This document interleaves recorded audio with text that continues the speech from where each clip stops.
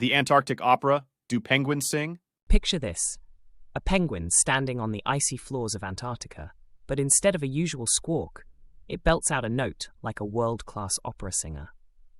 Now, while penguins can't actually sing like humans, they do have their own unique sounds. Each penguin has a distinct call that allows them to locate their mates and chicks even in a crowd of thousands. They might not be hitting the high notes at the Met, but their vocal skills are impressive in the bird world. These sounds are so important because penguins like to gather together to stay warm. In these big groups, called rookeries, it could be super easy to get mixed up or lost. A penguin's special squawk is like saying, "Hey, I'm over here!" Imagine if we could shout our personal tune to find our friends in a busy place. No mobile phones needed. So, while we won't be handing out Grammy Awards to penguins anytime soon, their communication skills are definitely something to sing about. Why don't kangaroos get tired when they hop? If you've ever watched kangaroos, you might notice they hop around a lot. But here's the super cool part. They don't get tired like we do when we hop or run. Why, you ask? Well, it's all thanks to their mighty springy legs and specially designed tendons.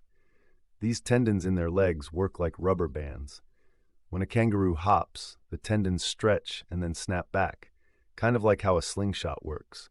This snapping back doesn't use much energy, so kangaroos save a lot of strength every time they bounce. And the more they hop, the better it gets. Also, they have a unique way of breathing that automatically happens with each hop, making their movements and breathing super efficient. So while you'd probably get all huff-puffy after a few jumps, kangaroos can keep going for miles without getting worn out. It's like they have a built-in pogo stick that never loses bounce. How cool is that for natural engineering? Is chocolate the key to understanding space? You might adore chocolate for its sweet, creamy taste, but did you know it's also a stargazer's helper? Here's something that will melt your mind like chocolate in the sun. Scientists use chocolate to study the universe.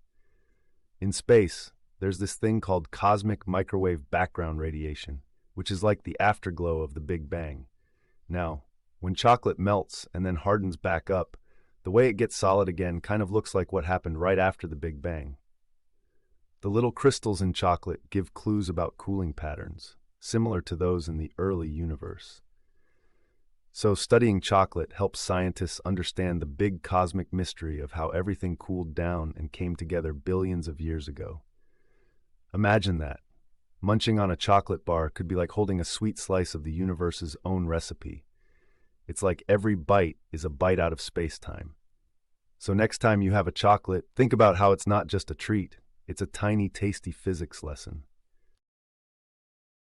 Can spiders hear with their legs? What if I told you that spiders can listen to the world without any ears? That's right, these 8-legged critters hear sounds through the tiny hairs on their legs. Spiders can pick up vibrations in the air that might be a juicy bug flying by or the footsteps of a scary predator. These vibrations hit their hairy legs and send messages to their nervous system saying, "Heads up, something's coming." So, even though spiders can't enjoy their favorite tunes with earbuds, they are tuned into the buzz around them in their own spidery way. They also use this super sense to communicate with each other. By tapping and sending out vibrations, they can chat about important spider stuff, like where the best flies hang out, or maybe even spider gossip. We can't know for sure. Isn't it amazing how nature gives creatures such special skills to survive and connect with others? Next time you look at a spider, remember, they might not just be chilling on their web. They could be listening to the whole world around them on their leg radio.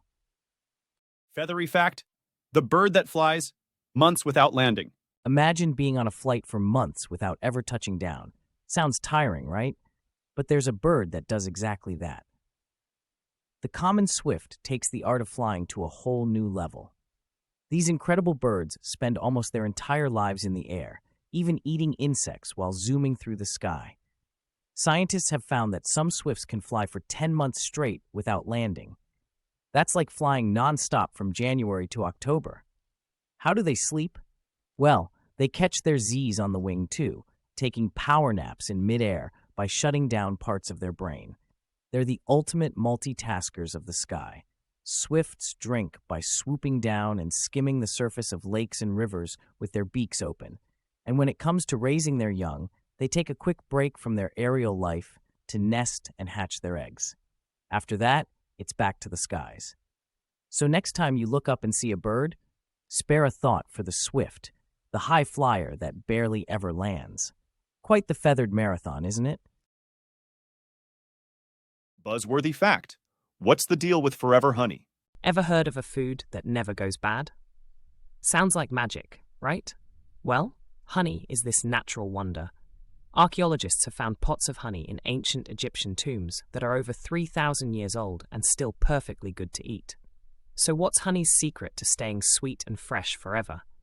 First off, honey is super low in water and super high in sugar, which means it's a terrible place for bacteria or molds to try and live. Bacteria and molds need water to survive, and in honey, they just can't find enough to drink. Then, when bees make honey, they add an enzyme that creates hydrogen peroxide as a byproduct. You might know hydrogen peroxide as that stuff in the brown bottles that cleans cuts. In honey, it acts like a guard, keeping away would-be germ invaders. The bees really thought of everything because the way they make honey naturally protects it from spoiling. It's pretty amazing to think that honey can last longer than even the pyramids have been around. So if you ever find yourself with a jar of honey, remember, it might just be the oldest and sweetest treasure in your kitchen. Melting chocolate, the tasty science trick that's all about temperature. Here's a delicious fact that will have you looking at your favorite candy bar in a whole new way. Did you ever wonder why chocolate melts so perfectly in your mouth? It's not just by chance. It's a cool science trick. The magic of melting chocolate is in its precise melting point. Chocolate melts at slightly below human body temperature, which is around 98.6 degrees Fahrenheit. Typical good chocolate starts to melt at around 93 degrees Fahrenheit.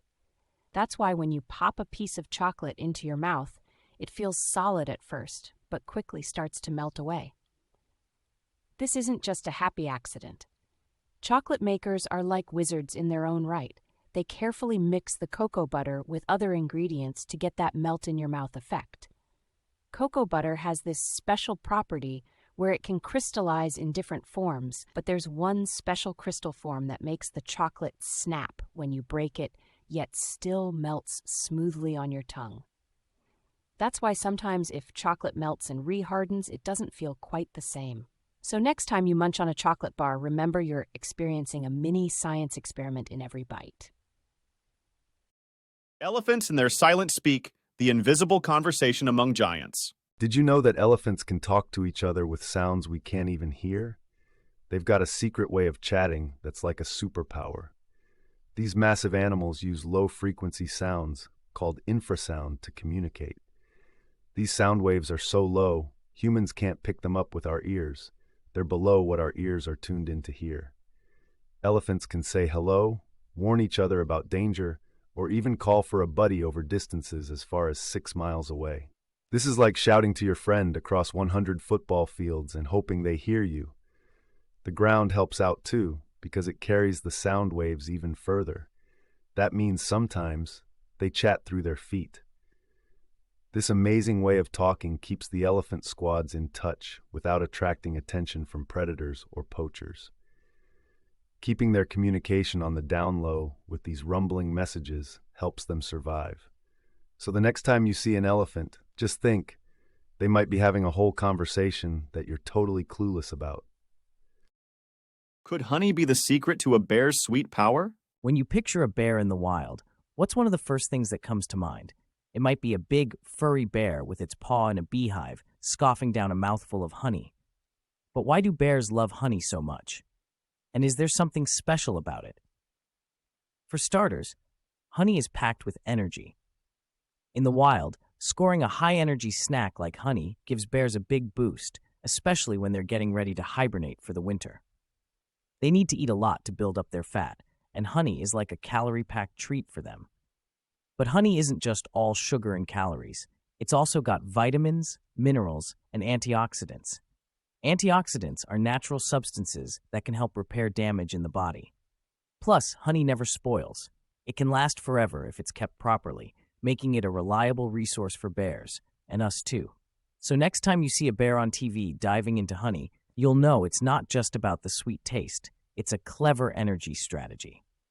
Ever heard of a fish that walks? Imagine a fish that doesn't just swim through the water, but walks on the land.